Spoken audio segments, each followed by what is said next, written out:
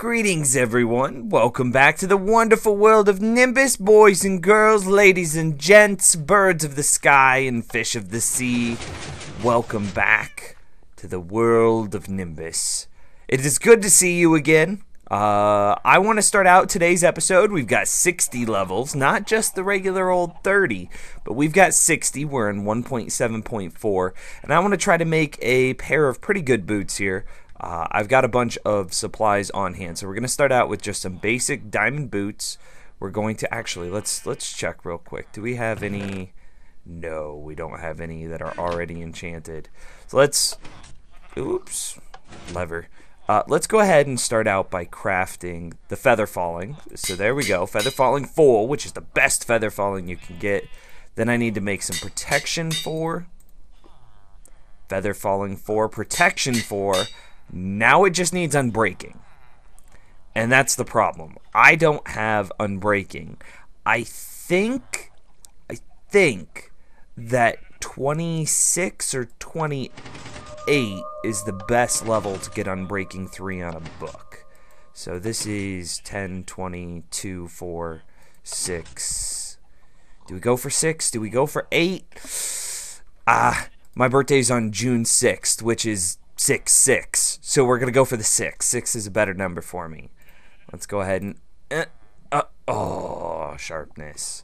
All right, well that's not that bad. We've got a sword that we need to craft as well, because whenever I died from AFKing, I lost our good sword. It wasn't even that good of a sword, to be honest, but I lost our sword, so we have to actually make a new sword.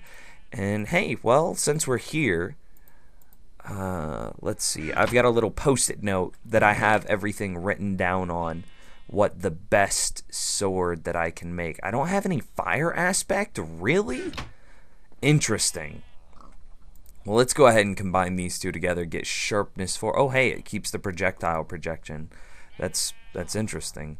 So sharpness 4, so that way in the future, when we go to craft our super duper awesome sword, it's that much closer. Oh my gosh, look what I just found. So I was going to put those feather falling 4, protection 4 boots that we just made into the chest, and I was like, I don't remember making a whole bunch of enchantments. And so I was like, okay, yeah, power 4, silk touch, that's a pretty good one. Silk touch is on there. Then the next one, sharpness 4. That means we can combine that with what we just had to get sharpness 5, which is the best sword enchant. Then efficiency 4, so that's pretty handy. There's another feather falling 4, protection 3, that's pretty handy. And check this out. Oh yeah! So I bet we don't have the levels to enchant that. I bet we should have probably saved those 10 levels that we just used. We would have had 1 level remaining. Okay. I'm gonna go get 10 levels right quick, and we's gonna do this. Haha, so it's been done. I got the 13 levels. We're all good. We're set. There's the feather falling 4, protection 4. I'm breaking 3 boots. You know what they need now? They need a name. So this is going to be pretty standard procedure here. I'm going to go ahead. I'm going to wear these. Those are nice. Pretty standard procedure. Leave your recommendations for the name. It'll be chosen. Those are okay boots. It'll be chosen next episode. Whatever is the most popular, sounds the best. There is some discretion by me, but for the most part, it's audience choice. So leave your comments on the recommended name for the super duper awesome feather falling protection 4 unbreaking 3 boots in the comments below. Oh no! Oh no! Oh no! What happened? I was on my way downstairs to do the next segment, and I look in here in the little mini world that we had created, and there was only one horsey. It's only, what happened to Glacier? No, what happened to him? Did he escape? Is he forever gone? Is he in the wilderness? That's what we must believe. Apparently he was not appreciative of the world we built for them and their adorableness. Oh, thank you for staying with us, Paige. But Glacier, where did you go? I'm assuming that he despawned because sometimes entities can like glitch out. Maybe he was standing too close to this, and I don't know. Maybe he glitched through the floor. Sometimes mobs do that whenever the game loads and unloads. I'm just guessing that he was too close to some wall or something and it lost track of him and he just suffocated inside a wall. There's no leather anywhere. I refuse to believe that he died. He's out there exploring the wilderness somewhere. He is fine. He is frolicking freely in the forest or something. Yes.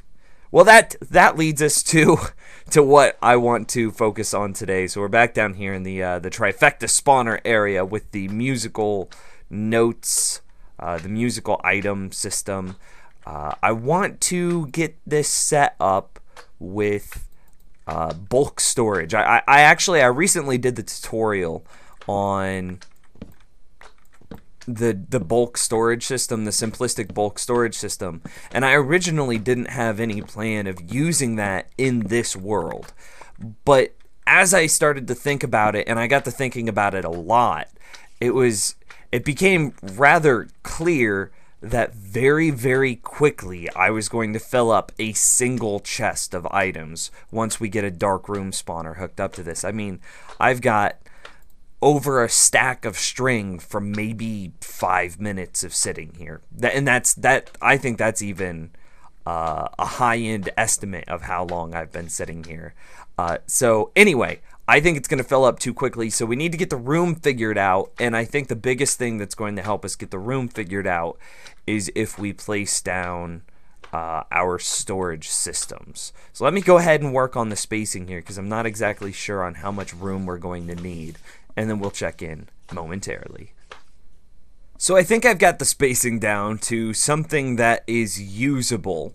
I haven't done this corner yet because, well, I want to kind of get a feel for it first and see how I like it. But I do want to go ahead and build a couple of the storage on camera so that way we can see what it is, how we like it, how it feels, that sort of thing. So I'm not sure on the color combinations I want to use, but that being said, quartz looks good with just about anything, and I don't mind using a little bit of it here. So yeah, something like that. Okay, and then if we, what should we fill it in with? This is too dark. What should we fill this in with? I'll just continue to use quartz for the time being. Oh, come on. There we go.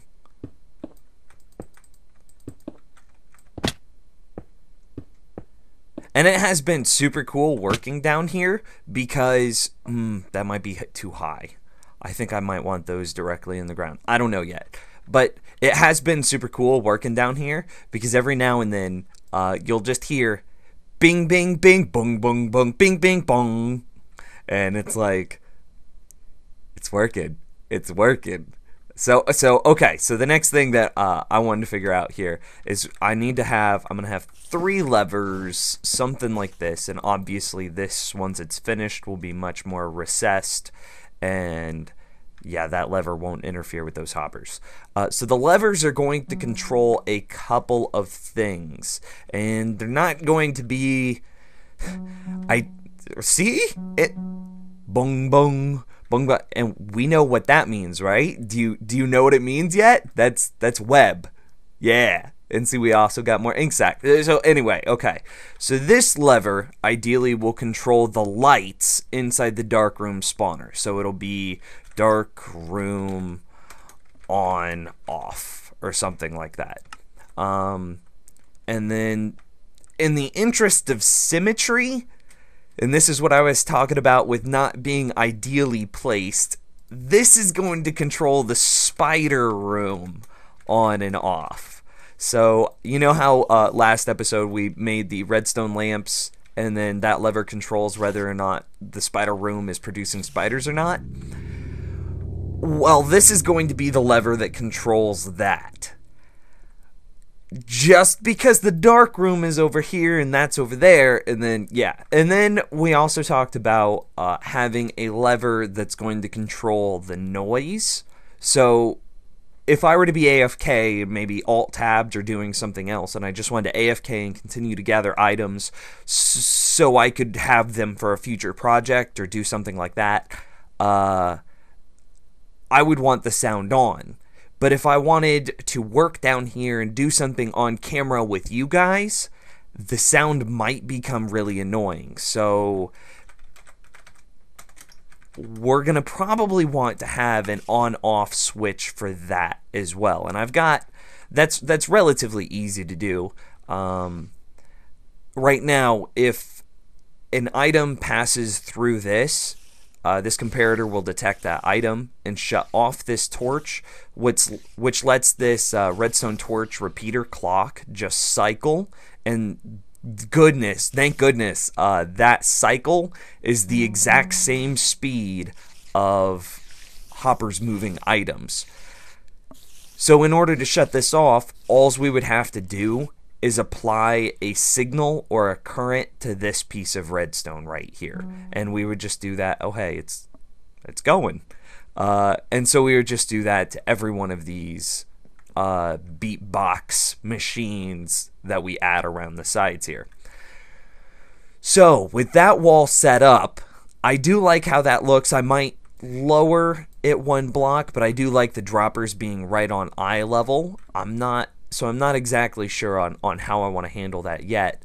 But I was looking at this, the skeleton spawner. If we were to attempt to move this forward, obviously the skeleton spawner is just going to become a greater and greater influence inside the room. If we were to try to move this backwards, the spider spawner, as we've already tested, would not be able to detect the player, which means the spider spawner will shut off and we won't be getting our spider drops. And furthermore, we've built the squid tank to be directly above this point, but that's kind of a moot point because we can move that. That's easily moved. But the spider spawner can't move that. If we were to move left or right, we do have a little bit of leeway left and right, but the way that the spider room detects the player is actually a sphere. It's not a perfect square around it, so it detects it kind of in the same way that light moves. So that torch is 14, that's 13, 12, and then if you go here, that's considered 11. So this, again, 14 here, 13, 12, 11, 10, 9, etc. from just this torch, excluding all other torches. So the spider spawner, I don't know the exact radius offhand. I think it might be 16. Maybe it's 20 something. I don't know. Well, just for the sake of the example, let's say it's 32, which it might be as well. So if this is the max range 32 and we're directly in front of it right here, that means moving to the left, that's 33. So that means right here is 31 and this is 32. So if we wanted to move this thing left or right, because obviously we're going to have to move this at least a few blocks to the left to be able to get out of range of that skeleton spawner, we're going to have to move, at least 2 blocks to the left, so here and here. And so if that's 31, that's 32. So then we got to go 30, that's 30, so that's 31, and that's 32. So we would then have to bring the farm up to here, which puts all the walls here-ish, so whenever we build a storage system like that, the skeleton spawner is still going to be in the way, which leads me to the next thing that I think we have to do. And this is so very painful as he pulls out his pickaxe. It breaks my heart as a Minecrafter as he scoots closer and closer. This is absolutely, I feel like I'm disgracing my family as he raises his arms. This hurts me more than it hurts you as he swings his pick. Oh my gosh. Oh. But apparently the squid farm's very happy about that. I just hear it off in the corner, just ding, ding, ding, ding, ding. It's apparently very pleased that we did that. I feel so gross, but we're going to be setting up a dark room spawner, and dark room spawners spawn skeletons, so we don't have a huge need to have a skeleton spawner in the corner. So with that being taken care of, I am going to continue to work on the room and set up more of these bulk storage systems around the edges here, and we'll check back in a second. What I think we should do next is figure out what items we want to feed where. So we've got all these systems here, the bulk storage with indicator lights, the storage towers here set up. We might put 2 more here and here, but I'm also thinking that we probably also want an ender chest down here and a crafting table. So I did bring the ender chest. I'll probably set it up just for the short term. So yeah, let's go ahead and do that there. And then, do I have any wood on me? No, of course I wouldn't. Probably a crafting table here, some sort of, I don't know, some sort of usable thing there, like the ender chest. Because we're going to have enough storage. This is 2, 4 per side is 3 times 4 is 12, and I think there are 12 items. So there's arrows 1, bones 2, gunpowder 3, rotten flesh 4, string 5, spider eye 6, ink sac 7, glass bottles 8, glowstone 9, redstone 10, sugar 11, and sticks 12. Okay, so yeah, there are definitely going to be 12 items that we're, and I don't think we're going to keep anything else past those. The gear drops that the mobs could bring, we've already got our amazing bow, so things that skeletons drop don't really matter. Anyway, I don't plan on keeping anything else. So let's work on getting these labeled. So this is more than likely going to be ink sacs. We want spiders to be somewhere else, probably here or here.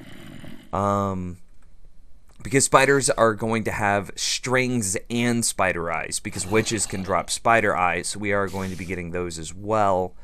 So let's just call this, let's not do it like that. Let's go spider eye and then string. Okay, cool.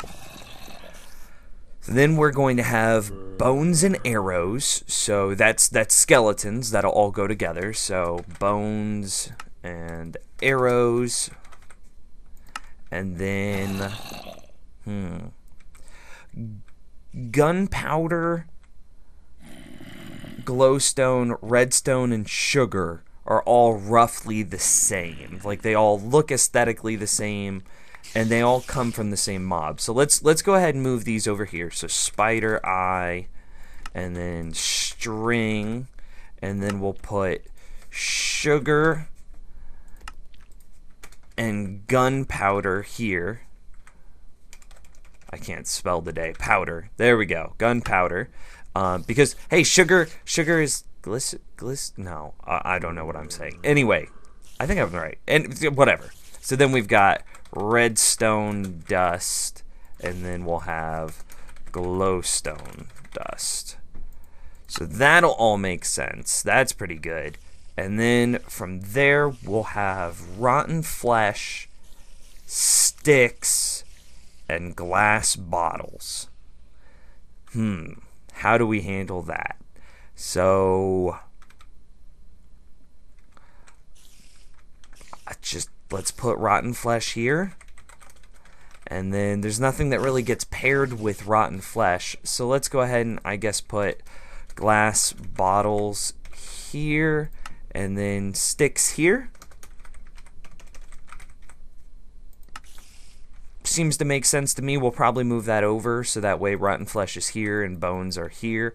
But that looks pretty good. We'll have each one of the powders on this side. The spiders will be here. Randoms will be here. And then, yeah, I like this. This looks pretty good. Alright, I think I've got it all done. This is going to be the end of the episode. I've only got the ink sacs wired. I'll do the spider string and everything else off camera. It's relatively boring. But I gotta put it in this chest here. And then listen for the dings. 1, 2, 3, 4, 5. 5 dings. And it came down here. This was a stack of 9, and now it's a stack of 14. So all good. It's working. The squid farm is set up. It is still centered. I have not touched this block at all. Everything that we've built has been, has been totally centered around this, and this still works. So hopefully in the next episode, in between now and the next episode, I'll be able to finish this room. And then we can start on the dark room spawner. Or we might take a break and work on something else. Because we've been working on this a lot lately. But it's going to be awesome when it's done. So with the end of the episode, I just want to remind you to leave a comment in the description or in the comment box for what we should call our diamond booties. Thanks for watching, everyone. And I'll see you next time.